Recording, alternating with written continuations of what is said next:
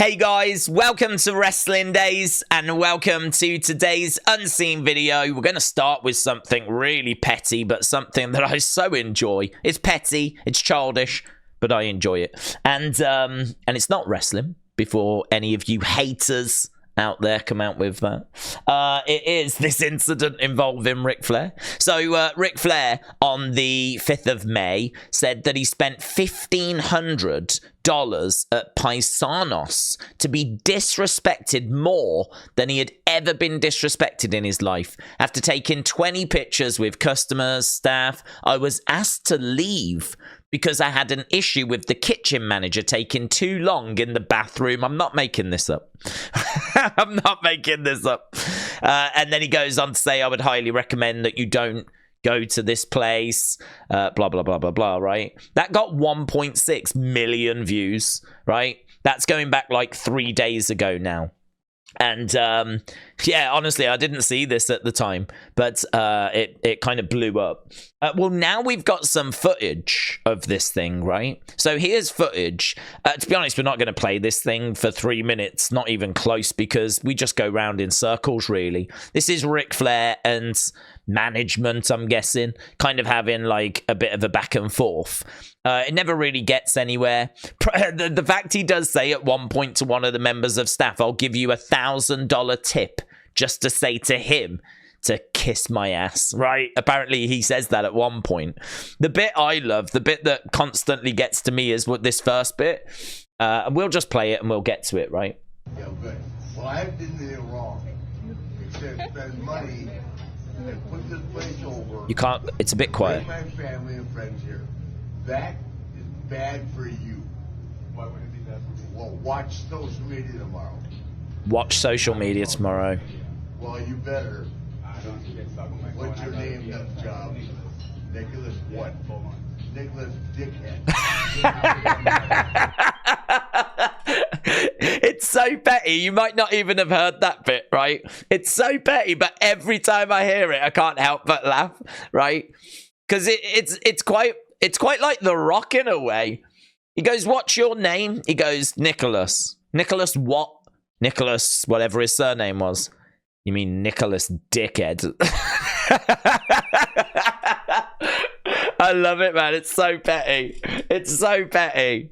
That's right up my street, that is. Right up my street. That's the funniest part that I've seen in this whole thing. But they just keep going round in circles. It never ends. So there we go. That was the Ric Flair stuff. So I don't think Rick had a good time. The staff certainly didn't have a good time. But I did have a good time. So thank you. Thank you, Ric Flair. Right, here, Jim, shout out to you, says, I love this. WWE Gareth said, Tatum taking Lyra being drafted well. So Lyra gets drafted, Tatum takes her locker room space, which is really good because these two were feuding. They were feuding before Lyra exited and went to the main roster. So now she stole her locker room spot. So I really like that. That's really cool. So there we go. Tatum Paxley taking Lyra's locker room space. Jakara Jackson doesn't like this. Nuh-uh. I want to see who counted this ish up now. So we've got the results of the 12 female superstars who will be competing in Battleground qualifying matches. So obviously we're trying to crown the first women's North American champion. We've done the Combine to really find the elite. And I must admit, I think this is made up results. It's probably there or thereabouts. I think it's made up because some of these are quite surprising to me. For example, Thea Hale being number 2. I find that quite a surprise. I really like her, but I wouldn't have expected her, or if you'd have asked me, I wouldn't have placed her that high. Same with Fallon Henley at 6. And Jada Parker at 3. I'm really surprised by them. And then I'm surprised that Kalani Jordan, who just seems to be amazing at everything, is down in 10th. And I'm surprised that Lash Legend, who I'm sure just absolutely dominates these kinds of things, is 7th. I would have said top 3, maybe 4th. But she's down in 7th. So as I said, maybe I've just got the wrong impression. Or maybe these aren't quite accurate. Maybe these are just a bit made up for TV kind of a thing. But Ren Sinclair is 12th, Tatum Paxley 11th, Kalani Jordan 10th, Izzy Dame I can totally buy at 9, Ivy Nile of course 8, Lash Legend very good at 7. I seem to remember when Logan was training at NXT, he showed us that board, and I remember seeing Lash being like number 1 of like all time on the all time leaderboards. Like, she really is very, very good at this stuff. She's 7. Fallon Henley at 6. Michin at 5. Brynlee Reese at 4. Jada Parker at 3. Thea Hale at 2. And I can totally believe that Sol Ruka just excels at everything and would be number 1. So that was the list. A little bit of a surprise, and Jakara was upset at not being featured. Fightful reporting that Jazmyn has announced on NXT, you will have seen, that Jacy Jayne is now recovering from surgery on a fractured nose. So that was during her match with Thea Hale. If we go up, I think I've got the post. There it is. So this was going back like 5 days ago. You'll never take me out. So here she is, and here's some pictures of her recovering. Look at that. Recovering, and like a bit of a black eye there as well. So proper been through the wars. They even showed the moment it happened on NXT in her match with Thea Hale, and Jazmyn and I think was kind of making out that she's going to get revenge for her friends. So it's kind of set up another storyline, which is good. Right, here's Mr. Stone, and he's looking at Chelsea. Chelsea with a little smirk on her face. Have we got a reunion happening between these two? So, an interesting post. This Hangman KJ, shout out to you. Here's Charlie Dempsey walking outside after the D'Angelo family took out the rest of No Quarter Catch Group. And it was very much like that. At the end of NXT, he walks out with the Heritage Cup and he's like looking around. And there's no other members because they've been, of course, kidnapped. They're probably swimming with the fishes as we speak. Then we got this from Sexyy Red. Now, if you don't know who Sexyy Red is, well, then you're not cool. I know who she is because I'm cool. She is one of them rappers, isn't she? So she's had a few hits, right? And she was watching. So she said, man, WTF, I just watch on Supernova sessions. Metaphor better watch their back because Trick Williams going to be on their ass now. Right? So she was watching Trick Williams straight away. Let's talk about it. So he's very excited at the fact that Sexyy Red was watching. And as I said, you know, she's had a few songs that have grabbed attention. NXT is really good with working with artists. You know, this goes all the way back to like Triple H with Poppy and whatever. So we could definitely see her getting involved if she wanted to. Like, I'd imagine there's going to be a invitation extended to her. So I wouldn't be surprised to see her at Battleground, to be honest. This might even be planned. They might even have already reached out, you know, and it might be that she's going to be there, and this is just starting the ball rolling. Here, Noam Dar saw it as well, and he went, yawn. Now shake that ass for Meta. Hashtag Meta forever. So there we go, Noam Dar. Not as impressed. Michin says, damn you, Vic Joseph. So Vic Joseph with the retribution reference, right? So Michin showing everyone there could be a day of reckoning coming to the women's division in NXT. So you got to listen out to what Vic Joseph says because he keeps sprinkling in these references. The Boulder says, holy shiz, is that a Zack Ryder reference? So Chelsea does hit a Rough Rider. I think we could probably, boom, there it is. That's Chelsea with a Rough Rider. Vic Joseph goes woo, woo, woo, woo, and then says that's a Rough Rider from Chelsea. So yeah, there is a Zack Ryder reference, both from Chelsea and from Vic Joseph. Right, look at this. Javon Evans said, glad you're back at NXT, Wes Lee, but that don't mean you're already back at the top. Hashtag the young OG. Hashtag 2-pack of this generation. Hashtag NXT Youngbloods. Hashtag WWE NXT. Tell you what, Javon Evans against Wes Lee. Yes, please. Crispy Wrestling said Wendy Choo is going to be back on TV soon. You certainly saw this, right? But some out there might not know what we think this connects with. So I'll play the clip.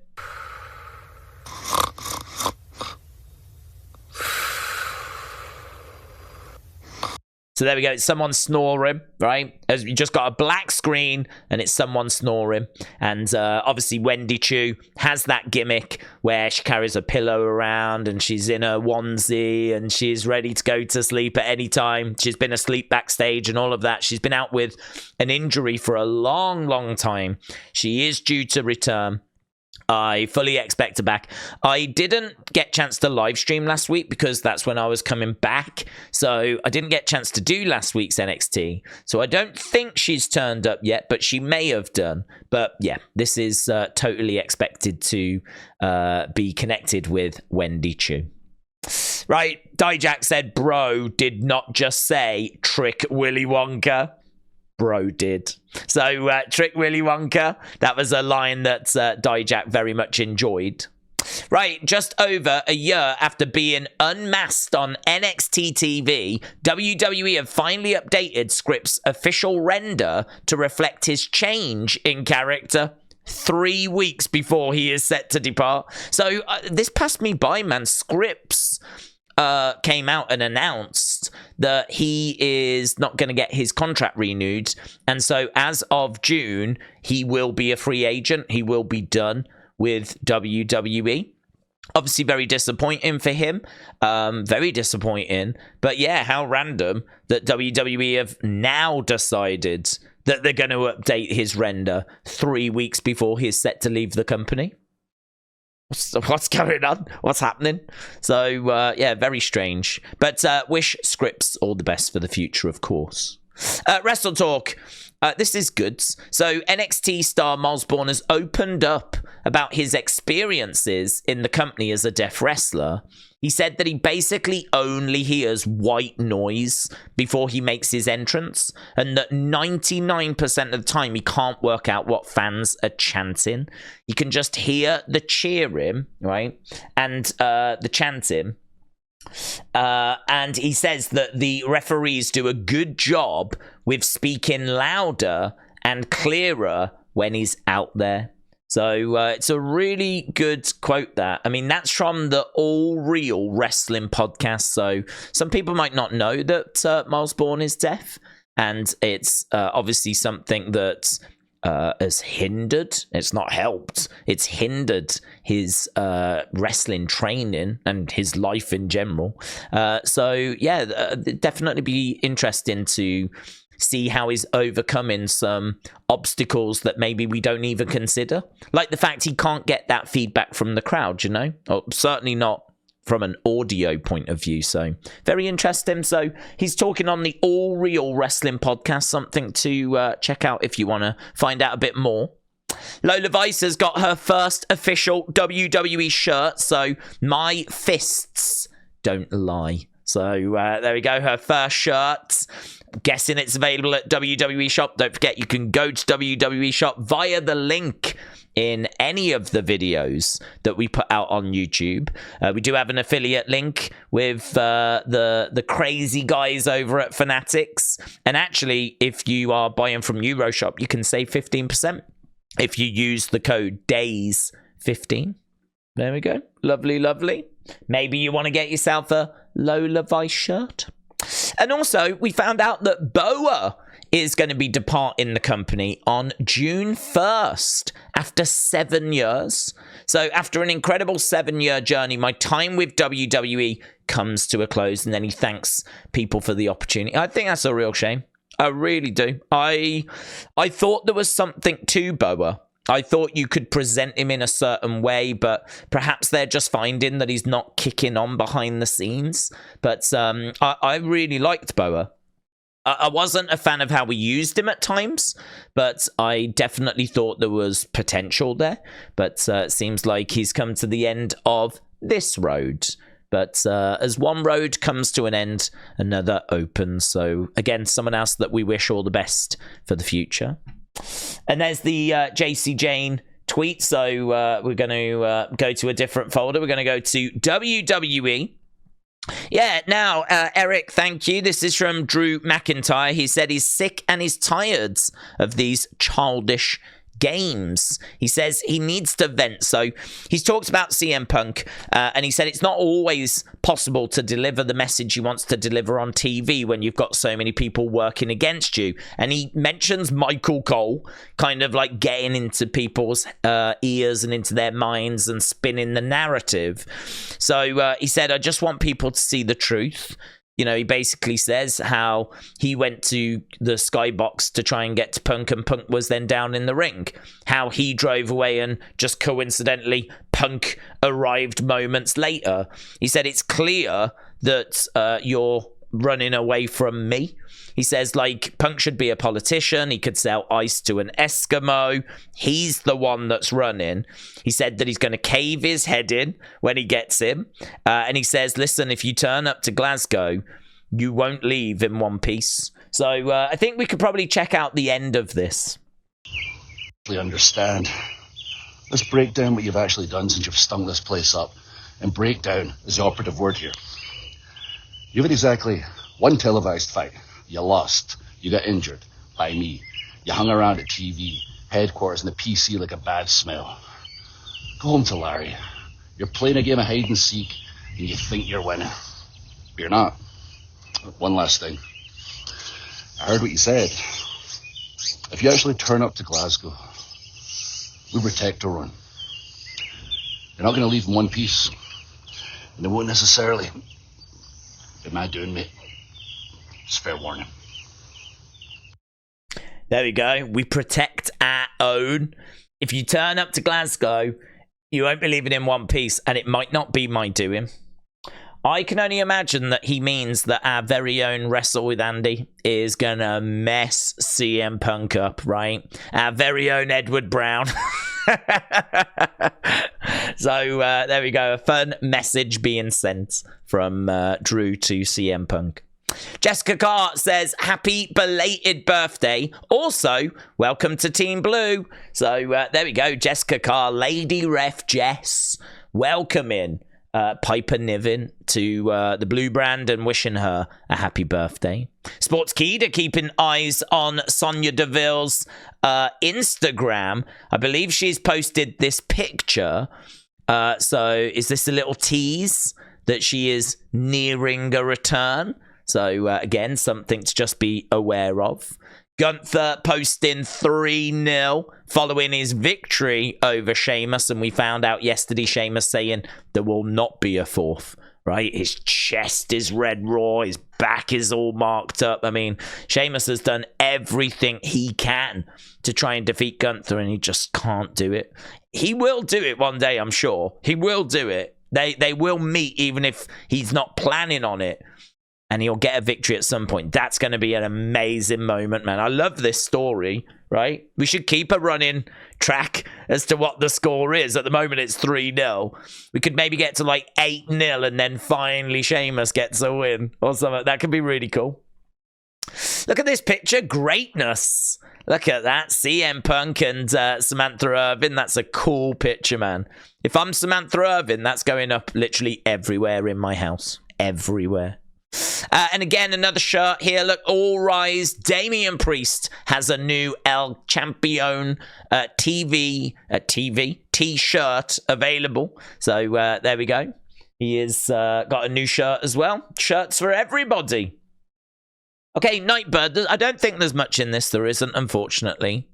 Not much, unfortunately. I think we did a really good job with that last QR codes of getting a lot of information in that first video and then really mopping things up with that second video. So there was a few little thoughts and theories and little bits that were floating around, but I was really pleased that I think we boxed off everything. So yeah, I was really happy with that. So a big thank you for everyone's contributions. Killing it as always. But yeah, we got this. Eric, thank you.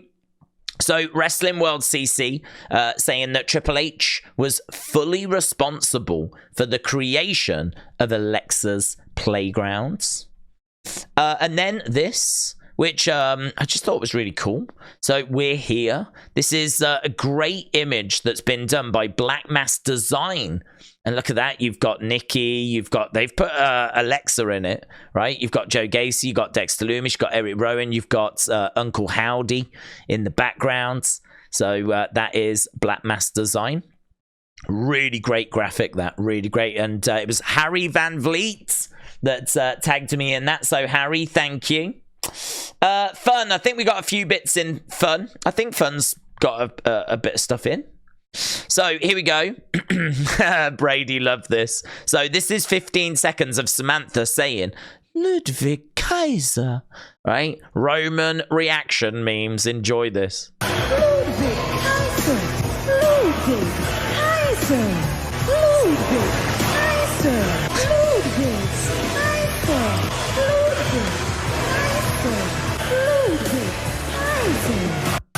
Ludwig Kaiser.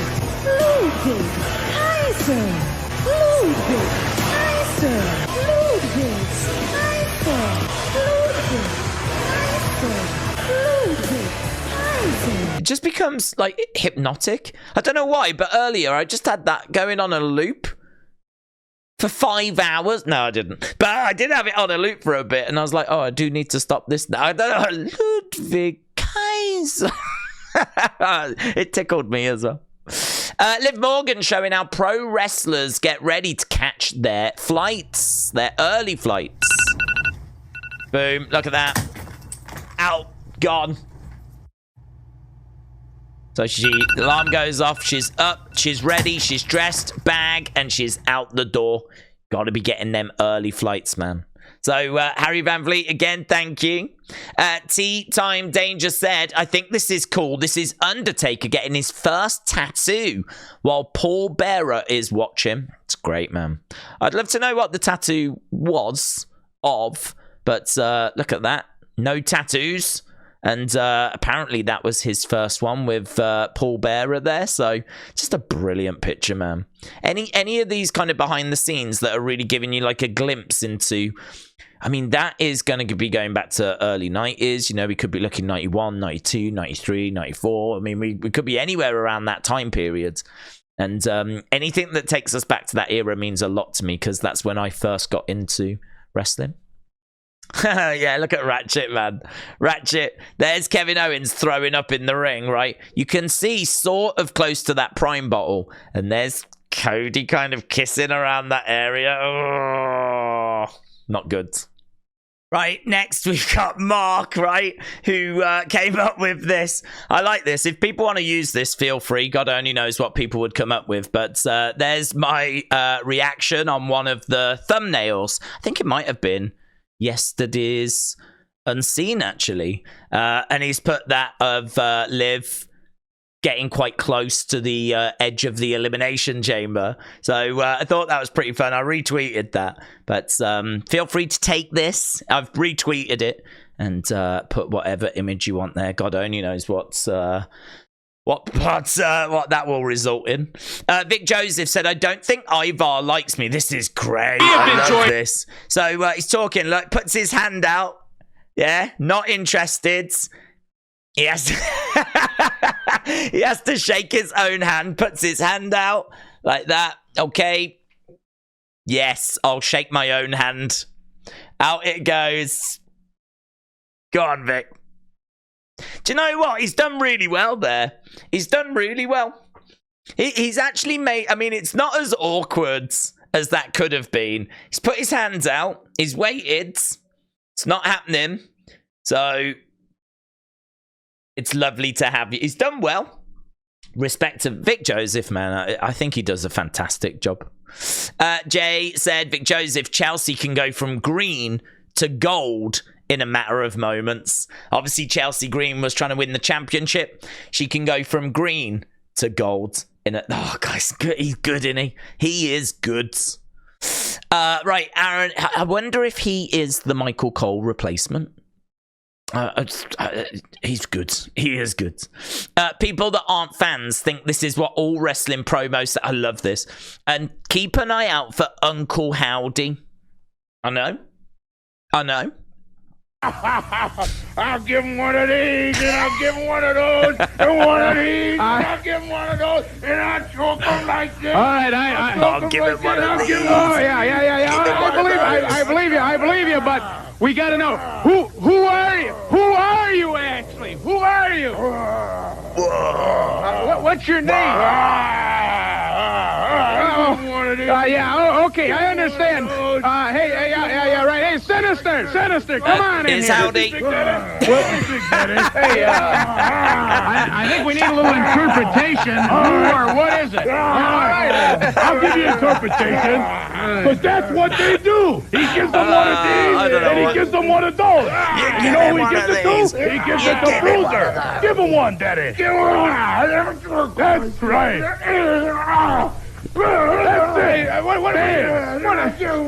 It's the greatest promo I've ever seen. You got this monster. I'll give him one of these and I'll give him one of those. All right, I've got it. Let's bring this guy. And then this dude comes in who looks like a Wish version of Uncle Howdy. And he goes, that's right, we'll give him one of these. We'll give him one of that. Then the other guy starts going, ah. There is so much to love in that 57 seconds. I think it's brilliant. Look at this as well from 90s WWE. Taker and Kane, brothers of seduction. So he's found this really fun, dare we say, sexy picture of the brothers of destruction. Yeah, look at this, ladies. I'll try and turn these two down. So let's see what the tracks are. So Tombstone Loving, My Heart Burns Like Hell, brackets, for you. Let Me Chokeslam You Into Loving Me. The Last Ride with Me. I Earned Your Love. Oh, that's good. Let Me Take Her. I Need a Cane for Your Lovin'. Brothers of Seduction. Take Off the Mask. And In the Dark is the final track. So there we go. That is the track listing for what is sure to be the biggest album of the summer. That is gonna bang, man. So night is WWE, fantastic. Dijak said, Drew told me last night he likes my Twitter work, but also that means he probably saw the nice things I said about Punk. So now I'm wondering if he's just setting me up to end my life. That was Dijak. That got over 220,000 views, man. So very, very cool. Very cool. Look at this as well. There's Drew. Not like how I'm a joke artist. I was not a fan of that line from Punk, to be honest. I'm so over all of that. It feels so petty now. Do you know, it just feels so petty. I know there's people out there that absolutely love that. Yeah, stick it to AEW kind of stuff. Why? They're sticking it to themselves. Do you know what I mean? Like, I just kind of feel like that picture is the perfect picture. Actually, that's how I felt. Not like I'm a joke artist. Very good, Drew, man, killing it. Hey, look at this. Scott Stanford said down since day one. Oos. Look at this. I was gonna retweet this out, and I thought I can't do it, man. I just can't do it. I was going to put, this is what happens when your parents try to yeet. Like, that's what I was going to tweet. I was like, I couldn't do it because I love Scott Stanford, man. I love Scott Stanford, and I've got a soft spot for Mega Moran. I love both of these. So I will not have any shade thrown, but I couldn't help myself because I looked at it and I was like, that's just like when your parents try to yeet in it. That's what that picture looks like to me. So, but yeah, Scott Stanford, GOAT. Cody Rhodes, I wanted to kick R-Truth in the face during his John Cena comeback at the Royal Rumble. Right, I've put this in funny because I read this article. It is so funny. Cody said that he has never forgotten when he was Stardust, like getting beaten night after night by R-Truth, and R-Truth dancing away in the ring after beating him, right? And he's told R-Truth this. He said, I don't know when it's going to happen, but you are going to lay down and stare at the lights for me. I'm beating you, right? I'm beating you, R-Truth. right? You're going to take the L. You're going to be looking at the lights. I had to do it night after night after night. He says, I know that everyone loves R-Truth, but I don't think anyone hates him more than I do, right? Obviously, he loves him. He's a good father. He's a good person. Cody's only joking. But it seems like Cody's got a real issue that he's trying to overcome here, having to lose to R-Truth consistently for a long time when he was Stardust. So he's already told him, I'm beating you. I'm beating you. I'm coming for you, even if it's the last thing I do. So we all thought the story had been ended. Turns out it hasn't. Turns out there's a bigger story, a more important story, and that is Cody getting a win over R-Truth. That's the real story that needs to be finished. And then we got this throwback to when Roman Reigns comforted Paul Heyman. Look at Paul Heyman. Paul Heyman, the crowd, I think, had been making some chants and saying some stuff to Paul, and there he goes over to his tribal chief. You can see why he misses him so much now, can't you? Look at his face. This is like Laurel and Hardy, man. This is like proper... This is cinema right here. Look at this. You put these two together in a 1920s silent movie, it's breaking box office records. Look at him! Look at him! Oh my god, so entertaining. So good. We've only got one more folder. That sucks, doesn't it? I wish we could stick around forever. Stormy Daniels name drops Vince while testifying in the Donald Trump trial. Apparently she overheard a conversation where he compared wrestling to adult films, saying that they're both real but not real. Apparently that's what it was. So there we go. Jordan, thank you. Right, look at this. Bret Hart just posted this beautiful message about Owen. So hopefully it shows up. Okay, so there's the picture. I'll have to read the thing for you. It says, I had a wonderful dream 2 days ago. Owen came to me briefly, and it was that big smile that quickly brought about a bigger smile of my own. He was ribbing me, and I was surprised that he almost got me again. I woke up smiling. I think of you in my happy thoughts.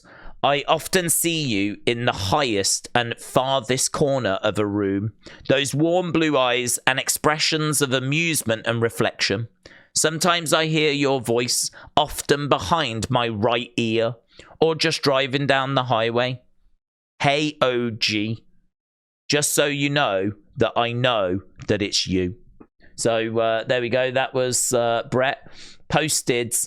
It would have been his birthday. Would have been Owen's birthday. So posted this message about Owen, and there's a throwback picture of the two of them. So oof, still gets you in the feels, doesn't it? Oof. Right, to try and cleanse ourselves from that, right? Recover from that. Here's Zelina Vega fixing Dakota Kai's birthday cupcakes that got flipped over. I cannot with my So there we go, there's Zelina, look. Trying to fix these destroyed cupcakes. Fall over. So, reopen the box. Okay. I cannot with my... There we go, Zelina fixing that.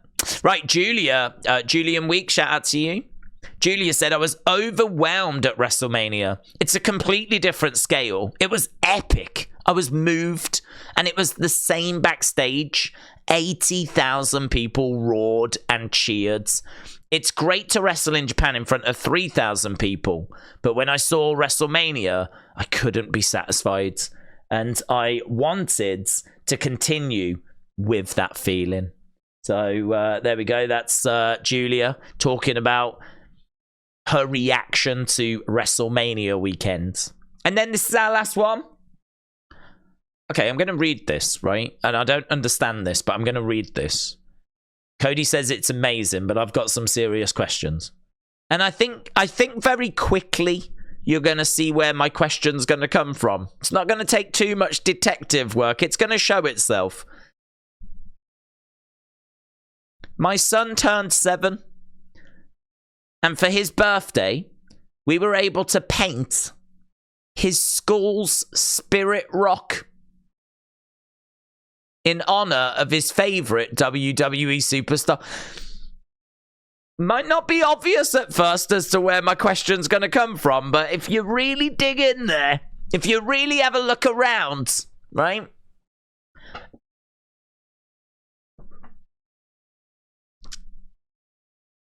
Spirit Rock! What the hell is a Spirit Rock? What's a Spirit Rock? What's a Spirit Rock? Have we got, like, The Rock, and then there's another version of him in heaven that's the Spirit Rock? What is a Spirit Rock? I've heard of spirit animals. Yeah? I've heard of them. But now we've got Spirit Rocks, have we? And apparently they live in schools. What's a Spirit Rock? Well, I don't know what a Spirit Rock is. People are going to be like, I can't believe you don't know what a Spirit Rock is. Every school in America has got a every house has got a Spirit Every building in America has a Spirit Rock and you don't know what one is. No, we don't have them here. We just have rocks and spirits. They're two different things. A Spirit Rock. A Spirit Rock. Can't get over it. So his son turned 7. We were able to paint his Spirit Rock. So does that live like that forever now? What about when he's 8? I don't understand. Does it get painted over repeatedly or something? Does this stay this way for a week and then it gets painted over? What about if the person that paints over this isn't as good? Because this is pretty sick. So what if what's next sucks? Like all of a sudden people go, oh, don't like the Spirit Rock anymore. Do you remember when the Spirit Rock was good? Don't like what it is now. I don't know. This is mental to me. If you know anything about Spirit Rocks, let me know down in the comments below. Awesome. Appreciate the support, man. I hope you enjoyed this episode of Unseen. Don't forget, we do this daily, so we will be back with another episode later. If you do find any fun stuff or interesting stuff, I would say from the smaller accounts. Bigger accounts, I think we've got on lockdown, but from those, you know, the darker corners of social media, then feel free to tag me in them and I'll take a look. And if I think that it is interesting or entertaining enough, then it could make it into a future episode of Unseen. Thanks for watching. Appreciate the support. Bye for now.